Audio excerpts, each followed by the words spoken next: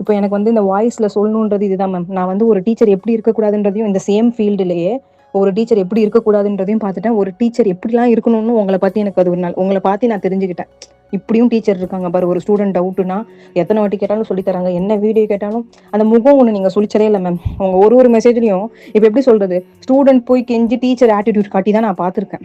அப்படி ஒரு ரெஸ்பெக்ட்டா ஒன்னு ஹேண்டில் பண்ணுவீங்க. அது அது உங்ககிட்ட ரொம்ப பிடிச்ச விஷயம். இன்னொன்னு எனக்கு ஃபர்ஸ்ட் உங்க கிளாஸ் ஒன்று இருக்குன்னு தெரிஞ்சிருந்தா கண்டிப்பா நான் அந்த கிளாஸ் இப்ப நான் ஒரு இன்ஸ்டியூட் பத்தி சொல்றேனே, எனக்கு அப்பவே உங்க இது தெரிஞ்சிருந்தா நான் உங்ககிட்ட தான் சேர்ந்திருப்பேன். நாங்க போயிருக்கவே மாட்டேன். டெய்லி ஒரு சிலபஸ் நீங்க வீடியோ அனுப்பும் போதும் நோட்ஸ் அனுப்பும் போதும் எனக்கு இப்படி ஒருத்தர் இவ்வளவு சூப்பரா ஒருத்தர் சொல்லி தராங்க, அதுவும் ஆன்லைன்ல ஒருத்தராரு இவ்வளவு சூப்பரா சொல்லி தரும்போது இது எப்படி நம்ம கண்ணில் இத்தனை நாள் மாட்டாம போச்சுன்னு நான் உங்க ஒரு வீடியோ பார்க்கும்போது நான் ஃபீல் பண்ணுவேன். ஏன்னா அவ்வளவு கிளியரா சொல்லி கொடுப்பீங்க.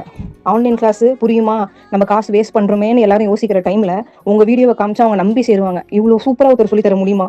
ஃபர்ஸ்ட் அது ஆன்லைன் கிளாஸ் நான் உங்ககிட்ட தான் ஃபீல் பண்றேன். நிறைய மேம் உங்களை பத்தி சொன்னா சொல்லிக்கிட்டே போகலாம். உங்ககிட்ட ஒரு சின்ன மைனஸ் கூட நான் ஃபீல் பண்ணல மேம். இந்த 6 மாச கோர்ஸ்ல ஒரு சின்ன மைனஸ் கூட இல்ல. டவுட், ஃபீஸ், டியூரேஷன், சிலபஸ்னு எதை கேட்டாலும் உங்களுக்கு 10 out of 10 தான் மேம்.